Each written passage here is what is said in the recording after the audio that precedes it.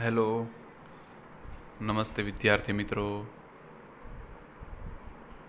ધોરણ 12 science, subject mathematics, chapter number 4 determinants.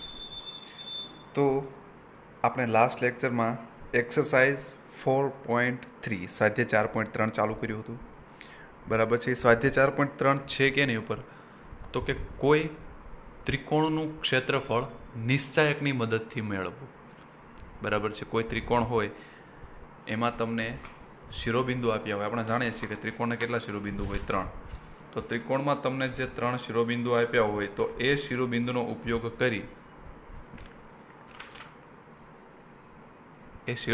ઉપયોગ કરી આપણે નિશ્ચાયકની મદદથી ત્રિકોણનું ક્ષેત્રફળ મેળવવાનું છે. સૂત્ર શું હતું એનું? તો સૂત્ર કંઈક આ પ્રમાણે હતું. ડેલ્ટા ઇઝ ઇક્વલ્સ ટુ 1/2 નિશ્ચાયકની અંદર એ જે 3 શિરોબિંદુ હોય, પહેલું શિરોબિંદુ x1 y1, બીજો શિરોબિંદુ x2 y2 અને ત્રીજું શિરોબિંદુ x3 y3 અને ત્રીજી જે કોલમ છે એ શું આવશે? 1 1 1. આનું જે મૂલ્ય આવે શું થશે? એ ત્રિકોણનું ક્ષેત્રફળ. બરાબર છે. એકમ સ્ક્વેર ત્રિકોણનું ક્ષેત્રફળ શું હોય? કોઈ પણ એકમ તમને આપ્યું હોય, એકમનો સ્ક્વેર અથવા તો ચોરસ એકમ. તો આપણે એક્ઝામ્પલ 1 સુધી જોયું હતું લાસ્ટ લેક્ચરમાં. તો આજે આપણે એક્ઝામ્પલ 2થી જોઈએ.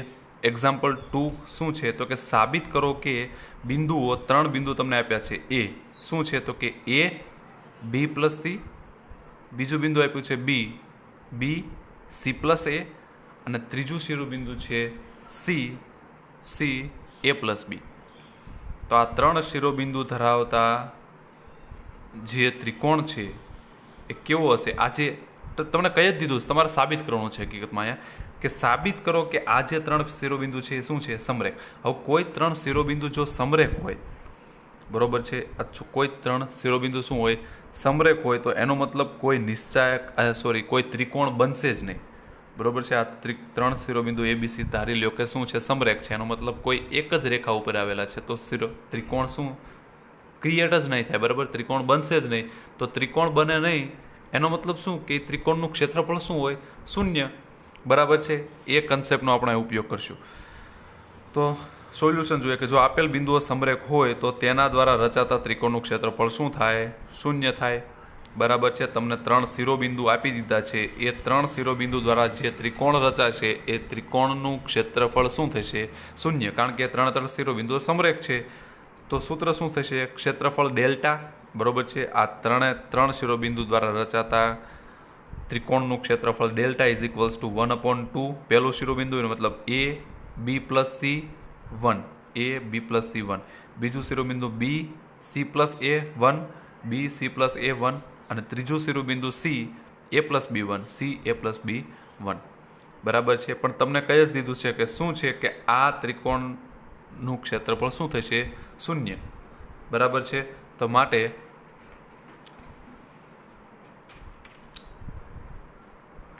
આપણે સાબિત કરવાનું છે. બરોબર છે. આપણે શું સાબિત કરવાનું છે? કે આ 3 શિરોબિંદુઓ કેવા છે? સમરેખ. હવે સમરેખ હોય તો ત્રિકોણનું ક્ષેત્રફળ શું આવે? શૂન્ય. તો એનો મતલબ કે જો આ નિશ્ચાયકનું મૂલ્ય જો શૂન્ય આવે, બરોબર છે, આપણે ક્ષેત્રફળ મેળવીએ છીએ, જો આ ક્ષેત્રફળ શૂન્ય આવે, બરોબર છે, આ નિશ્ચાયકનું મૂલ્ય શૂન્ય આવે તો એનો મતલબ શું થશે? કે આપેલા 3 બિંદુઓ કેવા છે? સમરેખ. બરાબર છે. તો હવે તમે જોઈ શકો છો કે જો અહીંયા એ, આ બી પ્લસ સી, અહીંયા બી છે, અહીંયા સી પ્લસ એ છે, સી છે, એ પ્લસ બી છે. તો કોલમ 2 ને હું કોલમ 1ની અંદર ઉમેરી દઉં તો ઇઝ ઇક્વલ્સ ટુ આ 1/2 એમના એમ આ કોલમ 2 ને કોલમ 1ની અંદર ઉમેરી દઉં એટલે શું થશે? એ plus B plus C, B plus C plus A અને સી પ્લસ એ પ્લસ બી. બરોબર છે. C2 અને C3 એઝ ઇટ ઇઝ. તો C1 કઈ રીતે બન્યું? C1 plus C2. હવે તમને ખબર પડી જ ગઈ હશે કે પહેલા કોલમમાંથી A plus B plus C common કાઢી લઈએ. બરાબર છે. એટલે શું વચ્ચે? A plus B plus C by 2. પહેલા કોલમમાંથી A plus B plus C common કાઢી લીધું એટલે શું આવશે? અહીંયા 1 1 1, B plus C, C plus A અને એ પ્લસ બી અને છેલ્લે C3 કોલમ 3 પણ શું છે? 1 1 1. હવે જ્યારે કોઈ નિશ્ચાયકમાં કોઈ પણ બે હાર અથવા તો સ્તંભ સમાન હોય એટલે એ નિશ્ચાયકનું મૂલ્ય શું આવે? 0. એટલે 0 ગુણ્યા આ એટલે શું થઈ જશે? 0. તો માટે ડેલ્ટા ઇઝ ઇક્વલ્સ ટુ 0. આનું મૂલ્ય કેમ 0? તો કાઉન્સમાં લખ્યું છે જો, કેમ કે C1 અને C2 કેમ છે? એક સમાન. તો આ ત્રિકોણનું ક્ષેત્રફળ કેટલું આવ્યું? 0. તો ત્રિકોણનું ક્ષેત્રફળ 0 ક્યારે હોય? ત્રિકોણ ક્યારે ના બને? તો કે જ્યારે 3 શિરોબિંદુઓ કેવા હોય? સમરેખ. બરાબર છે. તેથી સાબિત થાય છે કે આપેલ બિંદુઓ કેવા છે, સમરેખ. બરાબર છે. પછી જોઈએ એક્ઝામ્પલ નંબર 3. જો 2 ક્વેશ્ચન છે એમાં. જો ક્વેશ્ચન 1 ફર્સ્ટ શું K0 40 અને 02 અને બીજું -20 04 અને 0K શિરોબિંદુવાળા ત્રિકોણનું ક્ષેત્રફળ 4 ચોરસ એકમ હોય તો K નું મૂલ્ય શોધો. બરાબર. એટલે એક ત્રિકોણ આપ્યો છે, એના 3 શિરોબિંદુ તમને આપી દીધા છે. એક શિરોબિંદુના યામ છે K0, એક શિરોબિંદુના યામ છે 40, એક શિરોબિંદુના યામ છે 02.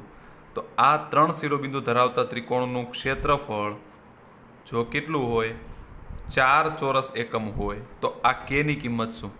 બરાબર છે ને. સેમ ટુ સેમ બીજો ક્વેશ્ચન પણ એવા જ પ્રકારનો છે. -20, 04 અને 0K. ત્યાં પણ તમારે Kનું મૂલ્ય મેળવવાનું છે. બરાબર. તો આપણે વાત કરી હતી એમ કે જ્યારે તમને રકમમાં ક્ષેત્રફળ આપી દીધું હોય ત્રિકોણનું ક્ષેત્રફળ, ત્યારે શું કરવાનું છે? Delta is equals two 1/2. નિશ્ચાયકની અંદર x1 y1 1, x2 y2 1, x3 y3 1. હવે તમને નિશ્ચાયક ત્રિકોણનું ક્ષેત્રફળ આપી દીધું છે, તો અહીંયા તમને 4 આપી દીધું છે, તો અહીંયા હકીકતમાં તમારે શું લેવાનું? +or -4 બંને. બરાબર છે. કારણ કે અહીંયા જે Kની કિંમત છે એવું જરૂરી નથી કે ધન જ આવે. બરાબર છે. ઋણ પણ આવી શકે. 20 હોય, -20 હોય, કોઈ પણ હોય. એટલે Kની કિંમત કોઈ પણ કિંમત હોઈ શકે. એટલા માટે અહીંયા જે તમને ક્ષેત્રફળ આપી દીધું હોય રકમમાં, એ તમારે બંને લેવાનું, +or બંને. બરાબર છે. તો જોઈએ બંને દાખલા એ જ રીતે છે. પેલું K0 40 અને 02 કાઉન્સમાં લખ્યું છે. બરાબર. આ તમારે એક્ઝામમાં લખવાનું પણ આ તમારે ખાલી સમજણ માટે જ છે. શું છે કે આપણે જાણીએ છીએ કે જ્યારે ક્ષેત્રફળ આપેલું હોય ત્યારે નિશ્ચાયકનું મૂલ્ય ધન અને ઋણ બંને લેવું. બરાબર છે. તો અહીં ક્ષેત્રફળ 4 ચોરસ એકમ આપેલ છે. બરાબર. પહેલા માટે વાત કરીએ છીએ તો ત્રિકોણનું ક્ષેત્રફળનું સૂત્ર મૂકો. Delta is equals two 1/2. શું થશે? K01 401 021. બરાબર છે. અને આ થઈ ગયું ત્રિકોણનું ક્ષેત્રફળ જે આપણે 4 આપ્યું છે, એટલે +or -4 આપણે બંને લેવાનું. બરાબર. Is equals two 1/2. આ નિશ્ચાયકનું મિશ્રણ મેળવો. બરાબર છે. એટલે Kની કિંમત જો 2 અલગ અલગ મળશે. Kની કિંમત એક વખત 0 મળશે, એક વખત Kની કિંમત શું મળશે? 8 મળશે. બરાબર છે. Same to same second example પણ સેમ એ જ રીતનો છે. -20, 04 અને 0K શિરોબિંદુ ધરાવતા ત્રિકોણનું ક્ષેત્રફળ મેળવવાનું છે. ક્ષેત્રફળ તમને આપી દીધું છે, તો અહીંયા તમારે આપણે Kની કિંમત મેળવવાની છે. તો ફરીથી ત્રિકોણનું ક્ષેત્રફળનું સૂત્ર મૂકીએ. બરાબર છે. જે શિરોબિંદુ છે એ રીતે મૂકી દઈએ. 4 ચોરસ છે એટલે સામે શું ત્રિકોણનું ક્ષેત્રફળ તમારે +or -4 બંને ફરજિયાત લેવું પડશે. તો Kની કિંમત પણ અલગ અલગ મળશે. Kની કિંમત 8 પણ મળે અને Kની કિંમત શું મળે? 0 પણ મળે. એનો મતલબ શું કે 0, 8. બરાબર. Kની કિંમત 8 મળે. એનો મતલબ શું કે Kની અંદર જો હું 8 મૂકી દઉં તો અહીંયા શું થઈ ગયું? આ બિંદુ 0, 8. તો એનો મતલબ -20, 04 અને 08 આ 3 શિરોબિંદુવાળા ત્રિકોણનું ક્ષેત્રફળ કેટલું થશે? 4. અને બીજું કે Kની જગ્યાએ તમે 0 મૂકી દો તો શું થઈ જશે? -20, 04 અને 00. આ 3 શિરોબિંદુ ધરાવતા ત્રિકોણનું ક્ષેત્રફળ પણ કેટલું હોય? 4 હોય. એટલે અલગ અલગ શિરોબિંદુ હોય તેમ છતાં ત્રિકોણનું ક્ષેત્રફળ સરખું મળી શકે. એટલા માટે આપણે કીધું હતું કે Kની કિંમત શું લેવી પડશે તમારે? પ્લસ અને માઇનસ બંને. બરાબર છે. ઓકે. તો મિત્રો એની પછી જોઈએ નેક્સ્ટ એક્ઝામ્પલ નંબર 4, જે આપણે ઉદાહરણમાં ગણેલો છે ઓલરેડી. પહેલું, નિશ્ચાયકનો ઉપયોગ કરી 1, 2 અને 3, 6ને જોડતી રેખાનું સમીકરણ શોધો. અને સેકન્ડ, નિશ્ચાયકનો ઉપયોગ કરી 3, 1 અને 9, 3ને જોડતી રેખાનું સમીકરણ મેળવો. તો આપણે વાત કરી હતી શું કરવાનું છે તમારે કે 1, 2, 1, 2 અને બીજું એક બિંદુ આપ્યું છે 3, 6. આ બે બિંદુને જોડતી આ રેખા છે એનું તમારે સમીકરણ મેળવવાનું છે. પણ આપણે નિશ્ચાયકનો ઉપયોગ કરીએ શું? તો કે કોઈ એક બિંદુ હું ધારી લઉં કે P, જે ક્યાં છે? આ રેખા ઉપર જ છે. એનો મતલબ એ કેવું છે? સમરેખ છે. આ 3 બિંદુ કેવા થઈ ગયા? તો સમરેખ. અને સમરેખ હોય તો એનો મતલબ એ 3 શિરોબિંદુવાળા જે આ 3 શિરોબિંદુ ધરાવતા ત્રિકોણનું ક્ષેત્રફળ કેવું થશે? 0. બરાબર. ઉદાહરણમાં આપણે દાખલો કમ્પ્લીટ ગણ્યો જ છે. સેમ ટુ સેમ એ જ કન્સેપ્ટ છે. તો જોઈએ અહીંયા કે અહીં 1, 2 અને 3, 6. અને મિત્રો હા ખાસ કે જ્યારે આવા પ્રકારના દાખલા હોય ત્યારે તમે વ્યવસ્થિત રીતે આવી રીતે આકૃતિ દોરશો તો તમને વધારે ખ્યાલ આવશે. જો અહીંયા રફલી અત્યારે દોરી જ દઈએ ધારો કે હું આ રીતે એક શિરોબિંદુ જે છે એને હું કહી દઉં આ 1 2, બરાબર. બીજો શિરોબિંદુ જે છે એ છે 3 6. તો એ જ રેખા ઉપર હું એક બિંદુ અહીંયા લઈ લઉં છું P ઓફ સે એક્સ એન્ડ વાય, બરાબર. તો અહીં લખ્યું છે જો અહીં 1 2 અને 3 6 માંથી પસાર થતી રેખાનું સમીકરણ નિશ્ચાયક દ્વારા આપણે મેળવવાનું છે, બરાબર છે. તો ધારો કે 1 2 અને 3 6 ને જોડતી આ જે રેખા છે એની ઉપર બિંદુ P ઓફ એક્સ વાય આવેલું છે, બરાબર. હવે P ઓફ એક્સ વાય એવું જરૂરી નથી કે આ બંને બિંદુની વચ્ચે જ હોય, બરાબર. આ બાજુ પણ હોઈ શકે, 3 6 ની જમણી બાજુ પણ હોઈ શકે, 1 2 ની ડાબી બાજુ પણ હોઈ શકે, પણ સમરેખ હોવું જોઈએ, બરાબર છે. એવું બિંદુ આપણે લઈએ છીએ. તો માટે રચાતા ત્રિકોણનું ક્ષેત્રફળ કેવું થાય? 0, કારણ કે 3 3 સમરેખ છે એટલે ત્રિકોણ બને જ નહીં. એનો મતલબ ત્રિકોણનું ક્ષેત્રફળ કેટલું થશે? 0. તો માટે રચાતા ત્રિકોણનું ક્ષેત્રફળ બરાબર 0 ચોરસ એકમ થશે. તો હવે ત્રિકોણનું ક્ષેત્રફળનું સૂત્ર મૂકો, બરાબર છે. 1 2 1 3 6 1, 1 2 1 3 6 1, અને ત્રીજું બિંદુ આપણે આ લીધું ક્યાં છે? P of x y. તો એ શું થઈ જશે? X y 1. તો હવે ત્રિકોણનું ક્ષેત્રફળ 0, તો આમાં મૂકી દો ડેલ્ટાની બરાબર 0. તો માટે 0 ઇઝ ઇક્વલ્સ ટુ 1/2, બરાબર છે. આ નિશ્ચાયકનું મૂલ્ય મેળવો આ રીતે અલગ અલગ. તો 2x minus y is equals to 0. તો આ રેખાનું સમીકરણ શું થઈ જશે? આ રેખા જે છે એનું સમીકરણ 2x minus y is equals to 0. અને બીજું મિત્રો કે આપણે ધોરણ 11માં શાંકોમાં ભણી જ ગયા છીએ રેખામાં, કે જ્યારે કોઈ એક બિંદુ x1 y1 અને બીજું બિંદુ કહી દો આને x2 y2, તો કે બે બિંદુમાંથી પસાર થતી રેખાનું સમીકરણનું સૂત્ર આપણે ભણી ગયા કે x minus x1 upon x2 minus x1 is equals two y minus y1 upon y2 minus y1. જો અહીંયા આપણે એ રીતે ગણીએ કે રેખાનું સમીકરણ એ જ આવે છે, તો શું થઈ જશે? x માઇનસ x1 એટલે 1 લઈ લઉં અપોન x2, બરાબર. આ x1 y1 x2 એટલે 3 માઇનસ 1 બરાબર y માઇનસ y1 એટલે શું થઈ જશે? x1 y1 એટલે 2 અપોન y2 એટલે 6 માઇનસ y1 એટલે 2. તો શું થશે? x માઇનસ 1 અપોન 3 માંથી 3 માંથી 1 જાય તો 2, y માઇનસ 2 અપોન 6 માંથી 2 જાય તો 4. 4 ને અહીંયા ગુણી દો, 2 ને અહીંયા ગુણી દો એટલે શું થશે? 4x minus 4 is equals two 2y minus 4 થઈ જશે. ઓકે, 2y છે આ બાજુ લઈ નાખો એટલે માઇનસ, એટલે શું થશે? 4x માઇનસ 2y બરાબર છે. -4 પેલી બાજુ જાય +4 એટલે 4 માં 4 જાય એટલે 0. ઓકે, અહીંથી હજુ હું 2 કોમન કાઢો તો કાઢી શકો, એટલે 2 કોમન કાઢું એટલે અહીં શું વધશે? 2x minus y is equals to 0. કેમ? અહીંયા 2 કોમન કાઢી દઉં અને પછી સામે લઈ દઉં એટલે 0/2 એટલે 0. તો એ રેખાનું સમીકરણ શું મળી ગયું? 2x minus y is equals to 0. અને અહીંયા તમે જુઓ કે નિશ્ચાયકનો ઉપયોગ કરીને તમે મેળવ્યું તો ત્યાં પણ શું આવ્યું? Sorry, 2x minus y is equals to 0, જે માગેલ રેખાનું સમીકરણ છે. સેમ, બરાબર છે મિત્રો. આ જે ત્રીજા નંબરનું બીજું જે સેકન્ડ એક્ઝામ્પલ છે એ પણ તમે એ જ રીતે કરી શકો છો. ત્યાં શું છે? 3 1 9 3, બરાબર છે. તો 3 1 અને 9 3 કોઈ એક રેખા છે કે જેની ઉપર 3 1 અને 9 3 આ બે બિંદુમાંથી પસાર થતી રેખા છે. તો એની ઉપર હું કોઈ બીજું બિંદુ લઈ લઉં P ઓફ એક્સ વાય. તો અહીંયા રચાતા ત્રિકોણનું ક્ષેત્રફળ શું થશે? 0, બરાબર છે. એ જ કન્સેપ્ટની રીતે તમારે ગણવાનું છે. તો અહીંયા શું આવે છે? રેખાનું સમીકરણ. આ બંને બિંદુમાંથી પસાર થતી રેખાનું સમીકરણ શું આવે છે? તો કે x minus 3y is equals to 0, જે માગેલ રેખાનું સમીકરણ છે, બરાબર છે. ઓકે, હવે એક્ઝામ્પલ નંબર 5 જોઈએ. એક્ઝામ્પલ 5માં એવું છે કે MCQ છે, બરાબર. 5મો જે એક્ઝામ્પલ છે શું છે? MCQ. કે પ્રશ્ન 5માં વિધાન સાચું બને તે રીતે આપેલ વિકલ્પોમાંથી યોગ્ય વિકલ્પ પસંદ કરો. 5મું કે જો 2 -6 4 5 4 અને K4 આ શિરોબિંદુવાળા ત્રિકોણનું ક્ષેત્રફળ 35 ચોરસ એકમ હોય તો Kનું મૂલ્ય શોધો.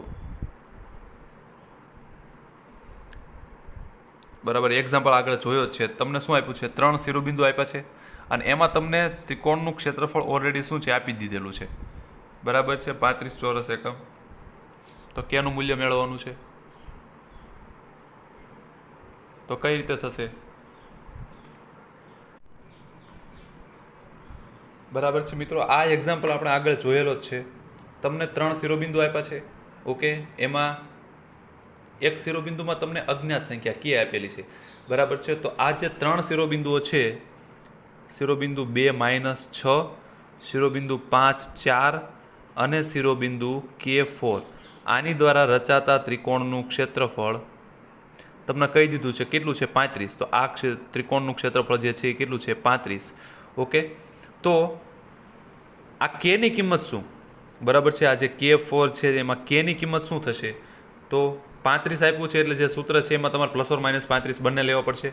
તો ±35 બરાબર છે 1/2 2 - 6 1 5 4 1 K4 1 2 - 6 1 5 4 1 K4 1 બરાબર છે. ±35 બંને લેવાના. સાદુરૂપ આપો તો કેની કિંમત શું આવશે? જો અહીંયા ±70 = 50 - 10 K આવ્યા. બરાબર છે, તો હવે મારે શું કરવું પડશે? અલગ અલગ ભાગ પાડવો પડશે. +70, એક વખત +70 લઉં, એક વખત -70 લઉં. +70 લઉં એટલે શું થઈ જશે? +50, આ બધું -50, એટલે 70માંથી 50 જાય એટલે 20 બરાબર -10 K. અને હું -70 લઉં તો +50 આ બધું એટલે -50, તો -70 ને -50 એટલે -120 = -10 K. તો આની ઉપરથી Kની કિંમત શું આવશે? K = -10 છેદમાં જશે 20ના છેદમાં એટલે -2, અને અહીંયા Kની કિંમત 12.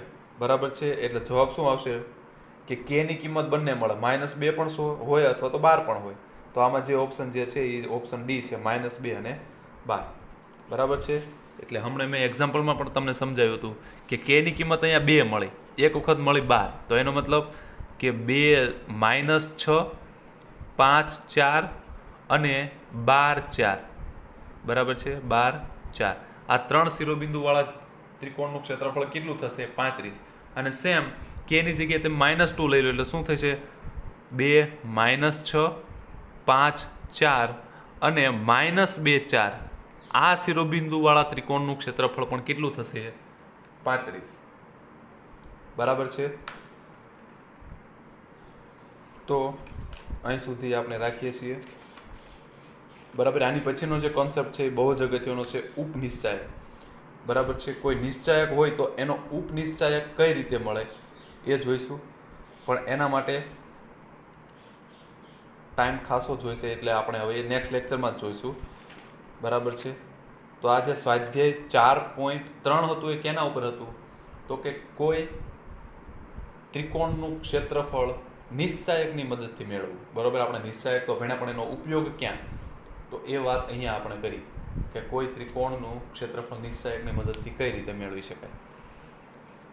બરાબર છે, તો અહીં સુધી આપણે રાખીએ છીએ. જો આ દાખલાઓ જે છે સ્વાધ્યાય 4.3ના એ MCQમાં ખાસ પૂછાય છે. અહીંયા જે આ પાછળ આપણે MCQ જોયો, બરાબર છે, આ જે MCQ 5માં, એમાં શું થશે કે આવા પ્રકારના MCQ તમારે એક્ઝામમાં પૂછાય. બરાબર, સ્વાધ્યાય 4.3 તો એકદમ ઇઝી છે, 4 જ એક્ઝામ્પલ હતા, અને 5મો તો શું છે? MCQ છે. બરાબર છે, તો પણ વાત કરીએ એમ કે જે સ્વાધ્યાય 4.2 છે મિત્રો, એ તમારે ખાસ સમજવું પડશે. એની તમારે વધારે તૈયારી માંગશે. બરાબર છે, એનું પ્રિપેરેશન તમારે વધારે કરવું પડતું છે. સ્વાધ્યાય 4.3 છે એમાં તો ફક્ત એક જ સૂત્રનો ઉપયોગ થાય છે, બસ કિંમત મૂકવાની છે, એની અંદર સાદરૂપ આપો એટલે તમને ત્રિકોણનું ક્ષેત્રફળ મળી જાય.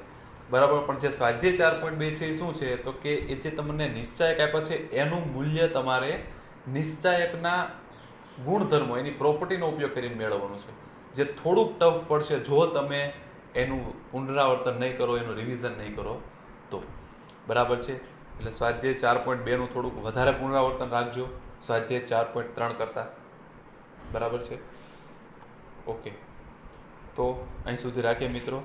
હવે જેમ વાત કરીએ એમ કે આપણા નેક્સ્ટ લેક્ચરમાં કોઈ નિશ્ચાયક હોય એનો ઉપનિશ્ચાયક, બરાબર છે, કઈ રીતે મેળવી શકાય એ જોઈશું. એનો ઉપયોગ હવે પછી જે ચેપ્ટર બાકી છે એમાં ઉપનિશ્ચાયકનો બહુ જ ઉપયોગ થશે. બરાબર છે, ઓકે, તો અહીં સુધી રાખીએ મિત્રો. હવે પછી આપણે નેક્સ્ટ લેક્ચરમાં જોઈશું. ત્યાં સુધી આવજો.